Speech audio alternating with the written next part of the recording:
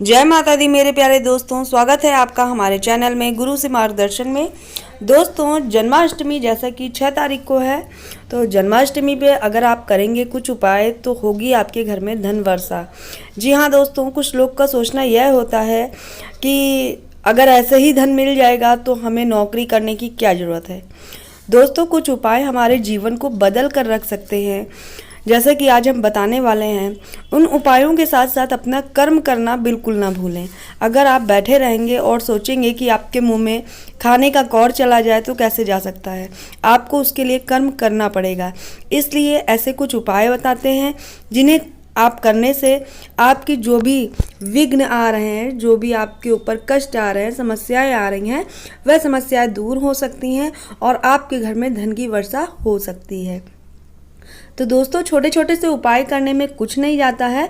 ये भगवान के प्रति आस्था है आपकी।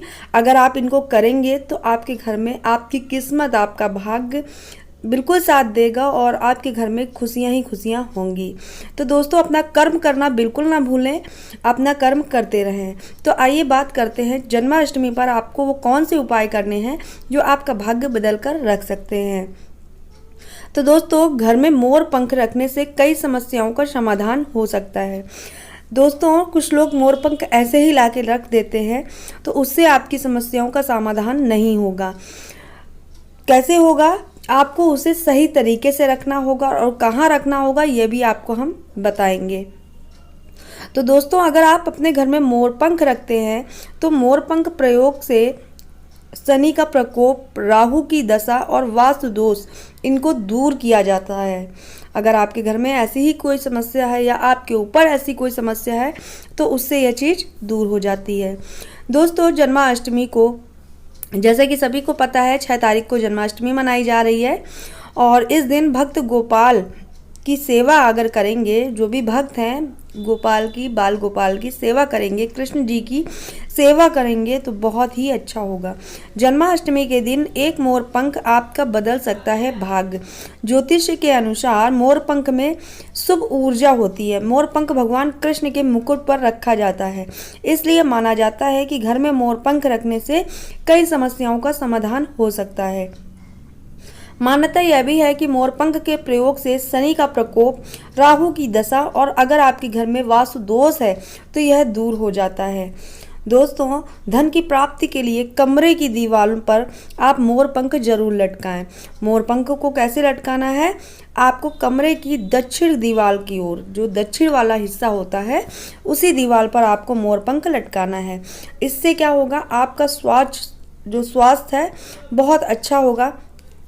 अगर आप दक्षिण पूर्व दिशा यानी कि कोने में लटकाएंगे तो वहाँ आपका अगर आप शयन कक्ष में, बेडरूम में यानी कि दक्षिण और पूर्व दिशा के कोने में लगाएंगे तो उससे आपका वैवाहिक जीवन, अगर आपकी लड़ाई झगड़ा कलेश होता है तो उसमें भी बहुत सुधार हो जाएगा। दोस्तों, वास्तु दोष दूर करने के लिए भगवान कृष्ण की तस्वीर या प्रतिमा के चरणों में आपको मोरपंख रखना होगा। अगर आपके घर में वास्तु दोष लगा हुआ है तो आप भगवान कृष्ण की मूर्ति हो या प्रतिमा हो, उनके चरणों में आप मोरपंख रख दीजिए। इससे घर की उत्तर पूर्व दिशा में रखने से भी उत्तर परिणाम मिलते हैं। अगर आपके घर में बाई चांस कोई मूर्ति या प्रतिमा उनकी नहीं है तो आप मोरपंख लीजिए और उत्तर पूर्व दिशा में रख दीजिए, तो इससे भी आपको बहुत अच्छे परिणाम देखने को मिलेंगे। अगर आप आर्थिक स्थिति से बहुत ज़्यादा परेशान हैं, बहुत ज़्यादा जूझ रहे हैं, तो जन्माष्टमी का दिन आपके लिए बहुत ज़्यादा बेहतर होगा। जन्माष्टमी के दिन राधा कृष्ण के मंदिर में आपको जाना है और मोरपंख चढ़ा के आना है और 40 दिन बाद उसी मंदिर में आपको जाना है और उस मोरपंख को घर ले आना है। तो आप राधा कृष्ण के मंदिर जाइए उस दिन, जन्माष्टमी वाले दिन, और राधा कृष्ण के मंदिर में जाके उस मोरपंख को मंदिर में कहीं रखाइए और 40 दिन बाद जाइए उस मोरपंख को घर में लाकर अपनी तिजोरी में रख लीजिए, जहां आप अपना धन रखते हैं। कहीं भी रखते हो, बक्से में या तिजोरी में, अलमारी में, कहीं भी रखते हो, आप वहां से मोरपंख लाकर उस जगह रख दीजिए।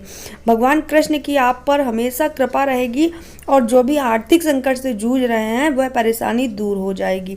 आपके घर में धन की वर्षा जरूर होने लगेगी, भगवान की कृपा होगी और आपकी जितनी भी दिक्कतें हैं सारी दूर हो जाएंगी।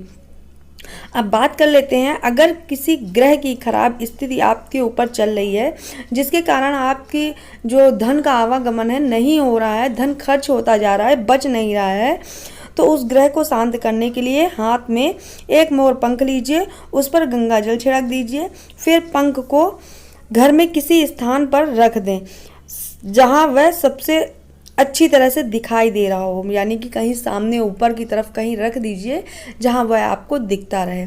तो आपको कुछ नहीं करना है, अपने हाथ में मोरपंख लेना है, उसमें गंगा जल छिड़कना है और ऐसे स्वच्छ स्थान पर ऊपर रख दीजिए जो आपको दिखता रहे।